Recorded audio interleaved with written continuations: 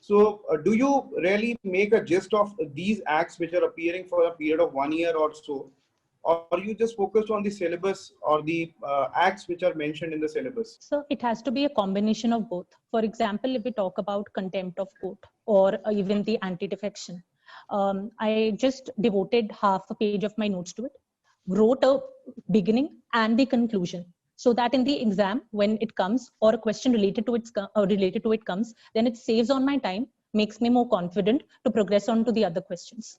So in the beginning, for example, if there is some important statement which has been recently given out, or number, or say the case pendency rate and the ratio, what is the judge's vacancy and everything. So that I used to put in the beginning, and an optimistic conclusion in the end, or some recommendation given by a committee or the Supreme Court or ARC itself. So that way I had ready notes, and inside I had to just put in a few words which I could expand later. As you pointed out very nicely, ARC, I want to ask Shubhamji how useful ARC is for the paper 2 and paper 4 also, and even in your entire preparation. Sir, I never had time to read the reports or even the summaries, but I tried to borrow recommendations from them extensively. For example, even no matter what topic I was studying, be it political reforms or role of governor, defection, and a lot of those, everything had a ARC recommendation at the end, even if it was one or two recommendation, but I tried to use them a lot. Yeah, I think it's a great thing that you're using it, because people have invested a lot of time and energy in identifying the problems and the remedies for those problems. And if you're quoting the ARC, then it will definitely help you. Now, there was a question last year also. I think it is related to some UNESCO anti-Israel bias, something was there. So sometimes these questions are like a bouncer to the students, because many a time the institutions which there is a separate section of institution in paper 2 of global nature. Suppose we are witnessing problem with the WHO these year, like some countries are putting allegations on WHO. So should an aspirant note down the institutions, or look on those institutions which are on news, or look after because there is a long list of institutions?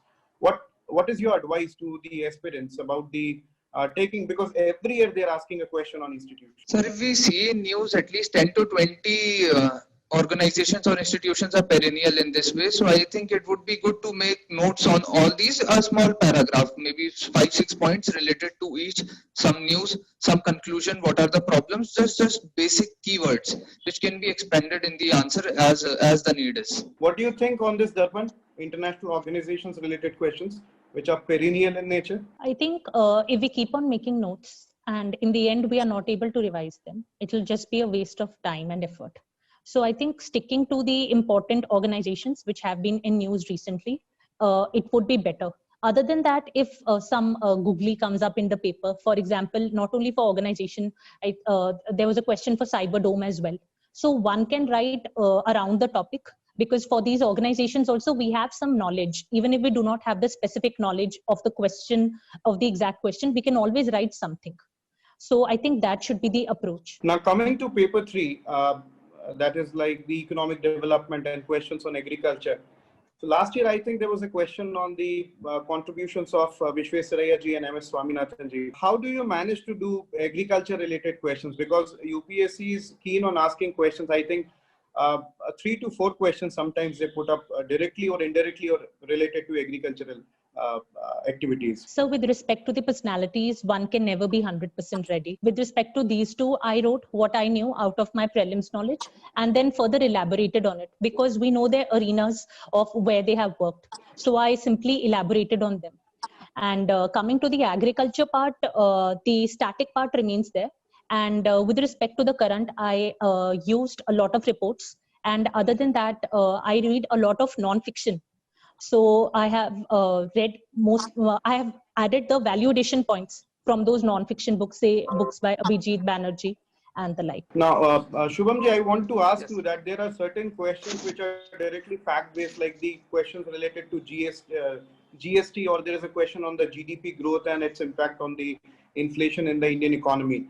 So do you think usages of facts of the taking up from the Economic Survey of India, will be helpful rather than only writing the conceptual things? So I think facts and data has a great value for, especially for GS3 and the economics based things, especially since due to my more affection towards these topics, I extensively learned data related to economy, to agriculture, and all the topics of GS3 and use them. Sometimes my answers are 2 or 3 data points in them.